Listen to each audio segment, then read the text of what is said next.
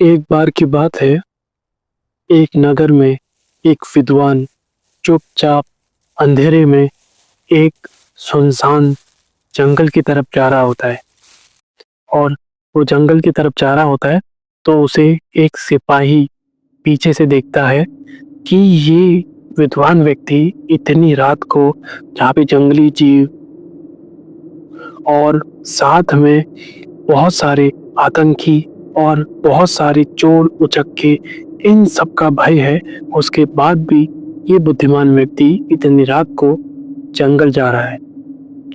उस सैनिक को ये बहुत अजीब लगा कि बुद्धिमान व्यक्ति ऐसा कर क्यों रहा है, क्योंकि बुद्धिमान व्यक्ति बुद्धिमान है, उनको सोच समझ के फैसले लेने चाहिए, उनको तो जाहिर तौर पे ऐसी चीजें नहीं करनी चाहिए।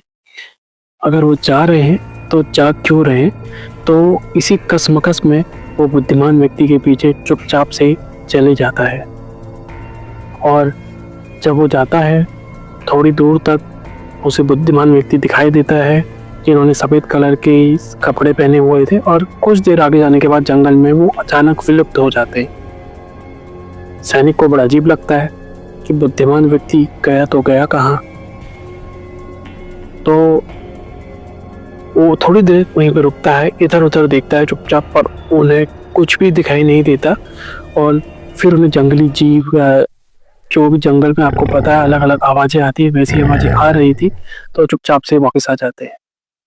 उन्हें बड़ा अजीब लगा, वो उसी सोच में पड़ गए कि एक राजा की सभा से एक बुद्धिमान व्यक्ति जंगल की तरफ गया, उन्होंने उसका पीछा किया पर वो अचानक कहाँ विलुप्त हो गया।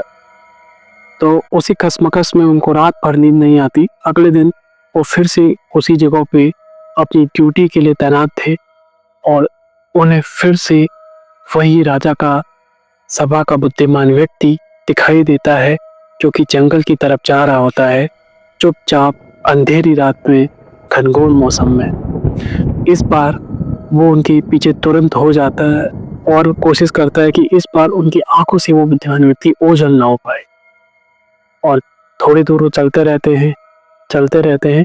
वो पॉइंट आता है जहाँ पे पिछली बार वो बुद्धिमान व्यक्ति गायब हुआ था।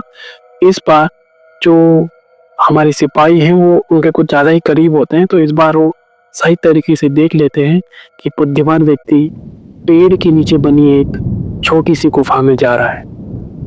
वो गुफा यूँ तो आंखों से नहीं दिखाई देती, उस पे एक दरवाजा था जो कि पेड़ की ही तरह दिखाई दे रहा था। अगर आप हाथ से उसे धक्का देंगे तो अंदर की तरफ खुल के बंद हो रहा था।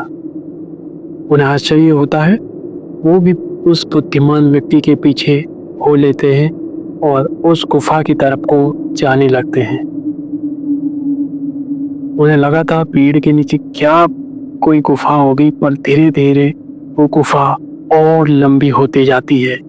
गुफा अंदर से अंधेरी थी और बुद्धिमान व्यक्ति के पास सिर्फ एक मशाल थी, उसकी तरह से वो आगे जा रहे थे। पर थोड़ी दूर आगे जाने के बाद उन्हें दिखता है कि हर तरफ मशालें जली हुई है, मानो कि कोई यहाँ रहता है। किसी ने इसे सुसंयोजित तरीके से, बिल्कुल व्यवस्थित तरीके से ये गुफा बनाई है जानबूझ के, और बुद्धिमान व्यक्ति के पीछे हो लेते हैं।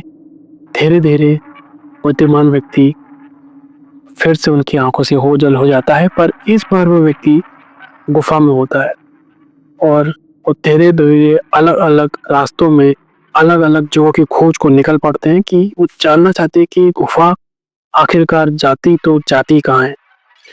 वो एक कक्ष की तरफ पहुंचते हैं गुफा से, जहां वो देखते हैं बहुत सारे बड़े बड़े अंडे, इतने बड़े कि मानो किसी बहुत बड़े जीव के हों वो रखे हुए थे। उन्हें हैरानी होती है कि इतने बड़े अंडे आखिरकार किसके हो सकते हैं। और उसके बाद वो उस कक्ष में घूम के दूसरे द्वार की तरफ आ जाते हैं, जहाँ पे वो देखते हैं कि